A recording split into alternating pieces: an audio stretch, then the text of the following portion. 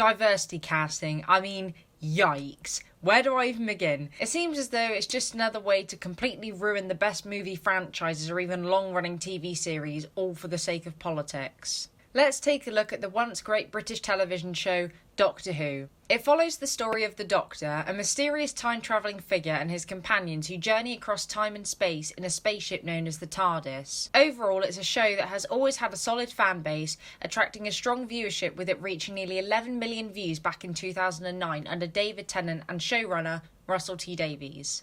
Sadly, however, for many years, the viewership has been on the decline, and it's only been catalysed by the insertion of a far-left political agenda, which I don't think is particularly suitable for a show that is primarily designed to entertain children.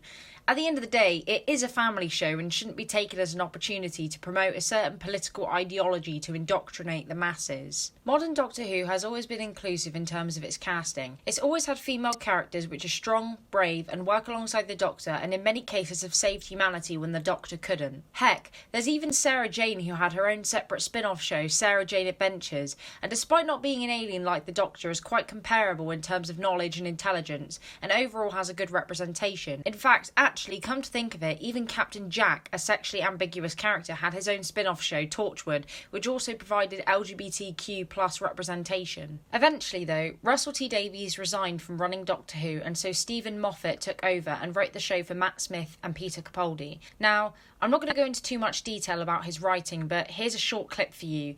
Now, if this doesn't make you cringe, then I really don't know what will. Go find Vikings on other planets. The universe is full of testosterone. Trust me, it's unbearable. We won't follow you. I guess one thing that I should mention, though, is how the Master, one of the Doctor's enemies and a fellow Time Lord, was also casted as a female, despite the role having always been played by a male.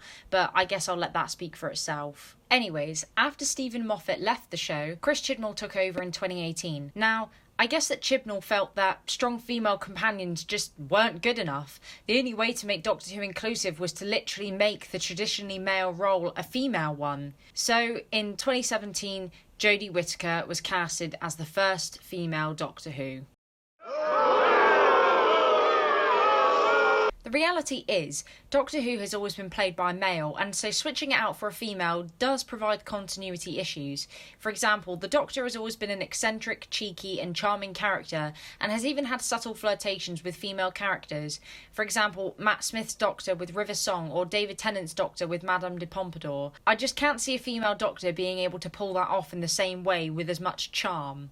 Not only that, it's just so blatantly obvious that they've chucked Jodie Whittaker in there simply for the fact that she's female, and here's a clip to prove it. Remembering what it was like for me as a kid and the people that were the kind of the heroes and the TV and film characters to look up to didn't look like me, and now we're hopefully creating a show that is inclusive for everybody to have their hero, and also to go, look, little boys, little girls look up to a girl, that's okay. It's 2018, we can do this. No one asked for the Doctor to become female, they just did it behind the backs of the fans and then pulled out the sexism card on anyone who had an issue with it.